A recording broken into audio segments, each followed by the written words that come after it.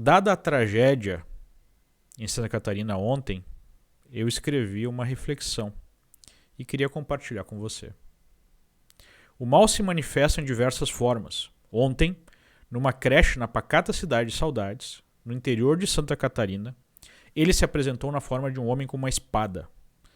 O homem entrou no local às 10 horas da manhã, usando sua arma branca para atacar uma professora, que chegou a correr até a sala onde estava outra professora e mais 4 crianças, todas com menos de 2 anos de idade.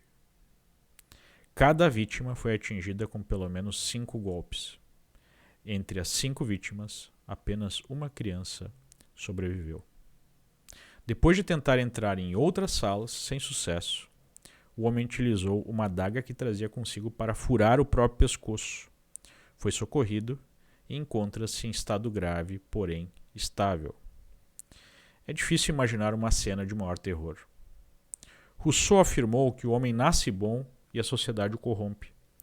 Frente a tantas frustrações, dificuldades da vida humana e misérias, a frase virou o fundamento do nosso tempo. Mas quando olhamos para a cidade de Saudades na tarde desta terça-feira, vale a pena pensar: será que ele estava certo? Um dos textos mais antigos do mundo, o Gênesis, dá algumas pistas sobre a origem do mal. Adão e Eva foram colocados por Deus no jardim do Éden, onde não havia fome, nem sede ou qualquer outro tipo de privação. Eles eram seres imortais. Só havia uma regra: não comer o fruto da árvore do conhecimento do bem e do mal, o que resultaria em morte. A serpente, utilizando-se da mentira e da manipulação, aguçou a curiosidade de Eva e prometeu que ela se transformaria em Deus caso comesse a fruta. Sem conseguir resistir à tentação, ela comeu a fruta, oferecendo também o alimento ao seu marido. A reação foi imediata. Abre aspas. Então foram abertos os olhos de ambos, e conheceram que estavam nus, e coseram folhas de figueira, e fizeram para si aventais. Em outras palavras, agora caídos, eles puderam perceber pela primeira vez a sua fragilidade, o que abriu as portas para o conhecimento de que também o outro era frágil. Logo, essa fragilidade poderia ser explorada para a sua vantagem. Eis a origem do mal. Como um desfecho inevitável, Deus cumpre sua palavra, expulsa o casal do jardim e eles se tornam mortais, precisando trabalhar para alcançar o sustento, passando a experimentar as agruras da vida. Assim começa a história.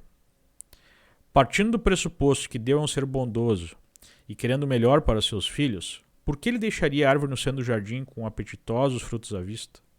Pior, por que ele criaria e permitiria que ali estivesse uma serpente para convencer Eva a cometer o pecado original? A conclusão parece óbvia. Deus não impõe o bem, mas oferece a possibilidade do bem, através de algo chamado livre-arbítrio. Ou seja, há também a possibilidade do mal, e esse é o preço a pagar pela nossa liberdade, pela capacidade de escolha. Na sequência, fica clara a natureza humana. Nascem os primeiros humanos, de fato. Adão e Eva foram criados por Deus. Já Caim e Abel são gerados por Eva. Os dois irmãos são muito diferentes. Enquanto um parece ser querido por Deus, o outro não tem as suas oferendas recebidas da mesma forma pelo Altíssimo. O texto não deixa claro por quê, mas sugere que Caim não está fazendo os sacrifícios corretos. Indignado, Caim resolve cometer o pecado máximo, uma espécie de vingança contra Deus, matando seu irmão, o favorito. Não somos descendentes do bondoso e querido Abel, mas sim de Caim, e precisamos lembrar disso sempre.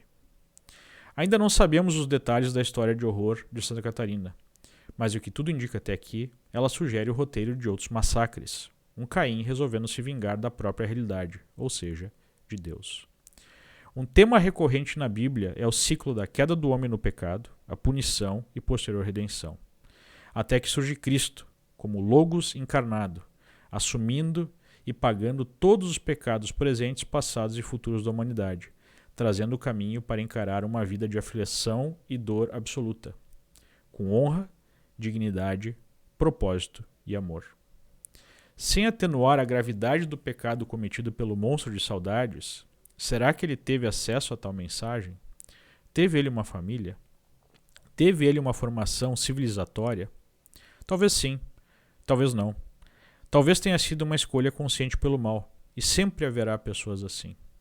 Mas tenho certeza que muitas almas poderiam ser salvas caso pudessem acessar a verdade.